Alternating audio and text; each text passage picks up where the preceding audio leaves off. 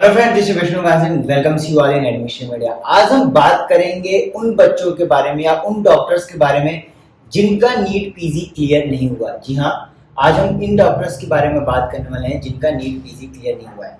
I know काफी सारे doctors का ये सपना होता है कि आफ्टर डूइंग एमबीबीएस, लाइक उनका 12th से ही होता है कि पहले 12th के बाद मुझे एमबीबीएस करना है, then I will do MD MS, क्योंकि हमें सिर्फ एमडीएमएस के बारे में ही चीजें पता होती हैं। We are at a position जहां पे काफी सारे लोग या काफी सारे डॉक्टर्स हैं जो क्वालिफाइड नहीं है। तो क्या उनका एमडीएमएस का सपना टूट गया? क्या अब वो अपने फेवरेट ब्रांच से एमडीएमएस नहीं कर सकते? क्या डीएनबी नहीं कर सकते? या अब उनके पास सिर्फ ड्रॉप लेना ही एक ऑप्शन बचता है?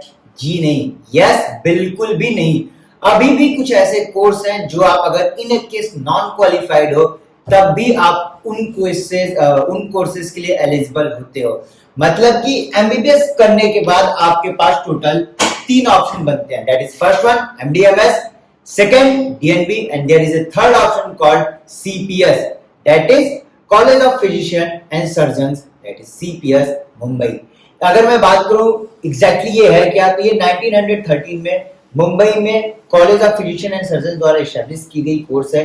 इस कोर्स के अंदर ये ऑटोनॉमस बॉडी है। जी हाँ, ये एक ऑटोनॉमस बॉडी है जो पीजी मेडिकल एजुकेशन ऑफर करती है। इसके अंदर टोटल 10 फेलोशिप कोर्सेज है, that is FCPS, and 39 diploma. जी हाँ, 39 डिप्लोमा, दैट इज सीपीएस। वहीं पे 2 सर्टिफिकेट कोर्सेज है।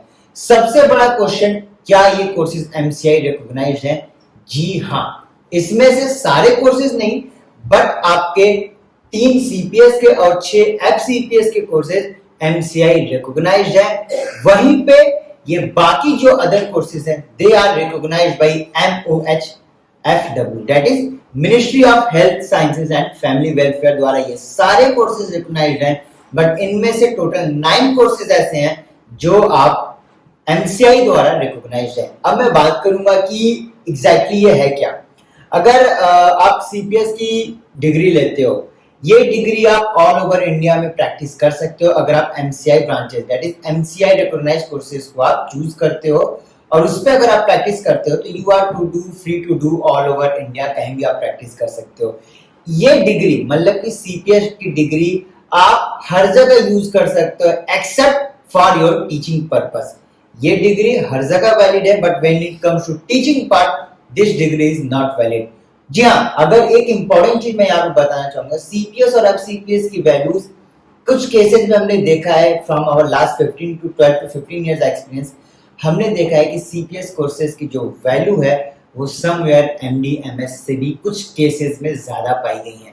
When it comes to medical, यहाँ पे मैं जानता हूँ आप काफी लोग बोलोगे कि मुझे सर्विस देना है, मुझे अर्निंग नहीं करनी है, मेरा service is the prime motto, NGO करना है। ये सारी चीजें मैं अगर साइड में रख के एक बिजनेसमैन की तरह, एक बाकी चीजों की तरह अगर मैं बात करूं तो ये prime focus is how much you earn. अगर मैं बात करूं अर्निंग पॉइंट ऑफ व्यू से, तो ये देखा गया है जनरली कि सीपीएस और एफसीपीएस कोर्सेज करने के बाद doctors are earning more than somewhere when they do MD MS. Problem क्या है या ऐसा हो क्यों रहा है? रीजन है कि आप एमडीएमएस में जहां एक तरफ पहले आप क्लास नॉलेज लेते हो, दैट इज थ्योरेटिकल नॉलेज लेते हो और फिर प्रैक्टिकल बेसिस पे आते हो, वहीं पे CPS FCPS is totally based on practical knowledge. मतलब कि यहाँ पे क्लासेस कम, प्रैक्टिकल ज्यादा है। दिस इज द रीजन ये कोर्सेज ज्यादा डिमांडिंग है इन सम स्टेट्स जहां पे सीपीएस आपकी रिकॉग्नाइज्ड है, जहां पे सीपीएस वैलिड है। ऐसे स्टेट्स हैं आपके महाराष्ट्र, गुजरात, राजस्थान, मध्य प्रदेश, छत्तीसगढ़, उड़ीसा और एक दो और स्टेट्स हैं जो मैं आपको लिंक में डाल दूंगा।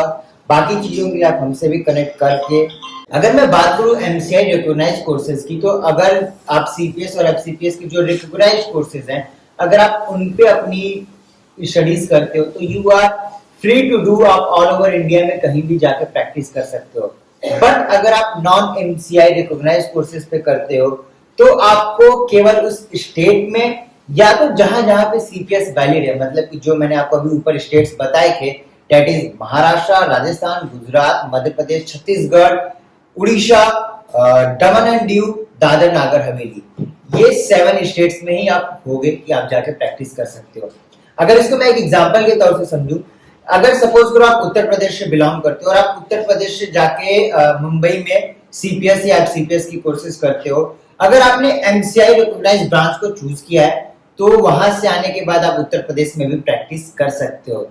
बट अगर आपने यूपी से जाके किसी नॉन रिकॉग्नाइज्ड ब्रांच पे अपनी स्टडीज कंप्लीट करते हो तो आप वापस यूपी में आके अपनी प्रैक्टिस नहीं कर सकते हो, you will be banned for these things.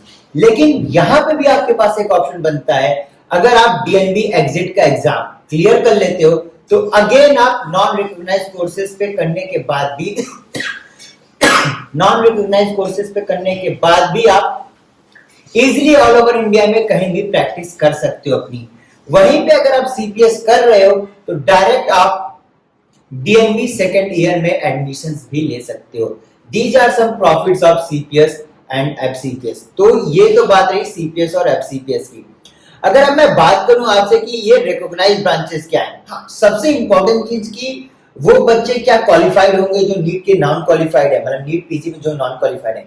जी हाँ, एक्चुअली इसमें होता है क्या है कि सीपीएस बॉडी जो है, मुंबई की जो सीपीएस बॉडी है इनकी ऑटोनॉमस बॉडी, ये एमसीआई से अपनी मीटिंग करते हैं and they decide their own cut off. That is last year 2019 में it was 150 for NEET PG. Yes, you heard me right, for NEET PG in 2019 CPS के लिए 150 कट ऑफ था। 2020 में समवेयर 160 टू 170 था। यहाँ पे मैं आपको एक इंपॉर्टेंट पॉइंट डिस्कस करना चाहूंगा। अगर आप सीपीएस के अंदर गवर्नमेंट कॉलेज देख रहे हो तो इसके लिए इनकी एक अलग क्राइटेरिया है, मतलब कि प्राइवेट कॉलेजेस और प्राइवेट हॉस्पिटल में के लिए कोई क्राइटेरिया नहीं है।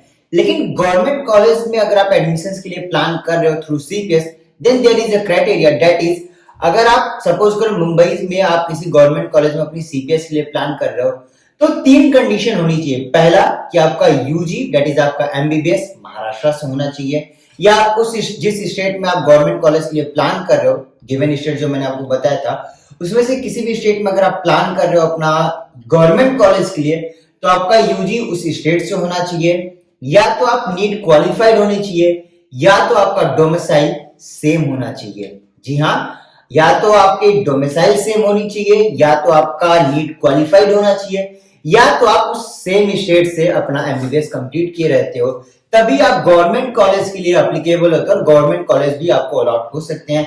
अदरवाइज आपको सिर्फ और सिर्फ प्राइवेट कॉलेजेस के ही ऑप्शन मिलेंगे। इस पे मैं अपनी एक और वीडियो भी लेके आ रहा हूं बहुत जल्द, जिसपे मैं आपको बताऊंगा कि इन कोर्सेज के लिए अप्लाई, मतलब कि सीपीएस के लिए अप्लाई कैसे करना है, इन कोर्सेज की फीस क्या है, वो कौन कौन से ब्रांचेस हैं जो रिकॉग्नाइज्ड है और नॉन रिकॉग्नाइज्ड है, और सबसे बड़ा पॉइंट सीपीएस में काफी सारे कॉलेज और काफी सारे हॉस्पिटल्स हैं। अपने लिए एक परफेक्ट हॉस्पिटल या अपने लिए एक परफेक्ट कॉलेज कैसे सर्च करें, काउंसलिंग में अपियर होने से पहले क्या क्या चीजें आपको पॉइंट आउट करना चाहिए, क्या क्या चीजें माइंड में चीजों को रख के काउंसलिंग के लिए अपियर करना चाहिए, क्योंकि ऐसा भी हो सकता है कि आप किसी एक ऐसे रूरल एरिया में भी कोई कॉलेज अलॉट हो जाए जहां पे आपको 1 साल करने के बाद आपका इच्छा ही ना हो या मन ही ना लगे और आप ऊब जाओ। इसलिए मेरी चैनल को सब्सक्राइब कर करके और हमारी जो इस पे सेकंड वीडियो आ रही है उसको जरूर देखें। साथ में बता दूं, अगर आप पीजी के लिए यानी कि एमडीएमएस और डीएनबी के लिए अगर काउंसलर ढूंढ रहे हो तो you can also contact us. We have started our paid services for those. You can go to our website www.admissionmedia.in और वहां पे जाके आप रजिस्ट्रेशन कर सकते हो।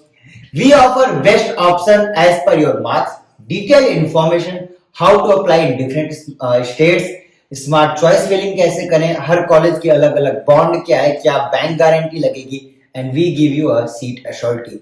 इन चीजों के लिए आप हमारी वेबसाइट पे या नीचे दिए हुए आपको जो व्हाट्सएप नंबर है उस पर भी आप मैसेज करके या हमें कॉल करके कनेक्ट हो सकते हो। फिलहाल तो इस वीडियो में इतना ही, मिलते हैं नेक्स्ट वीडियो में बाकी सारी इंफॉर्मेशन के साथ। Thank you for watching this video.